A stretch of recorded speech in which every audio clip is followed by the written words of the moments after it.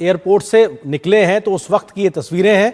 और ये अपने आप में तस्वीरें भी बेहद महत्वपूर्ण हैं क्योंकि प्रधानमंत्री मोदी रिसीव करने के लिए पहुंचे और एक ही कार में बैठकर प्रधानमंत्री मोदी और राष्ट्रपति पुतिन एयरपोर्ट से रवाना हुए। हमने ऐसी ही तस्वीरें एक ही कार में दोनों नेताओं की देखी थी चीन में एससीओ समिट के समय, जब लगभग पौना घंटा दोनों ही नेताओं ने एक दूसरे के साथ कार में बैठ के बात की थी और एक बार फिर से एक ही कार में सवार होकर दोनों नेता एक दिशा में एक रास्ते पे आगे बढ़ते हुए, ये बहुत संदेश साफ तौर पे दिखाई पड़ रहा है कि भारत और रूस मिलकर कैसे आगे बढ़ने को तत्पर और उत्सुक नजर आ रहे हैं। प्रधानमंत्री मोदी न सिर्फ एयरपोर्ट पर रिसीव करने पहुंचे राष्ट्रपति पुतिन को, बल्कि वो एक तरीके से एक ही कार में दोनों ही नेता एयरपोर्ट से वापस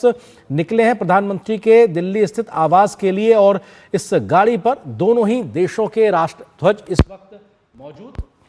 जो इस बात को संकेत देते हैं कि कैसे दोनों देशों की आपसी दोस्ती एक आगे तेजी से बढ़ती दिखाई पड़ रही है। प्रधानमंत्री मोदी ने न सिर्फ उन्हें रिसीव किया बल्कि अपनी ही कार से, या कहा जाए एक ही कार से, दोनों नेता अब आगे बढ़ते हुए दिखाई पड़ रही है तस्वीरें। अमूमन हम देखते हैं कि जब राष्ट्राध्यक्ष आते हैं तो एक औपचारिकता का आलम होता है और उस औपचारिकता में प्रोटोकॉल मुख्य रूप से उसका पालन किया जाता है, लेकिन राष्ट्रपति पुतिन को लेकर प्रधानमंत्री नरेंद्र मोदी की जो आत्मीयता है, जो पारस्परिक सम्मान है, ये उसी की बानगी प्रस्तुत कर रहा है कि प्रधानमंत्री न केवल स्वयं पहुंचे हैं, पर जैसा होता है कि आप कह रहे थे मॉस्को से आया मेरा दोस्त, तो दोस्त आया है और उन दोस्त को सम्मान पूर्वक एक ही गाड़ी में बैठकर दोनों दोस्त जा रहे हैं प्रधानमंत्री के आवास की ओर और वहां पर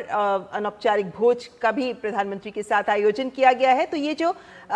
अनौपचारिकता दोनों राष्ट्राध्यक्षों के बीच में नजर आ रही है और तमाम प्रोटोकॉल्स में इस वक्त कम से कम नजर आ रही है, वो कहीं ना कहीं इस बात को भी साबित करता है प्रोफेसर अंशु कि दोस्ती औपचारिक कूटनीति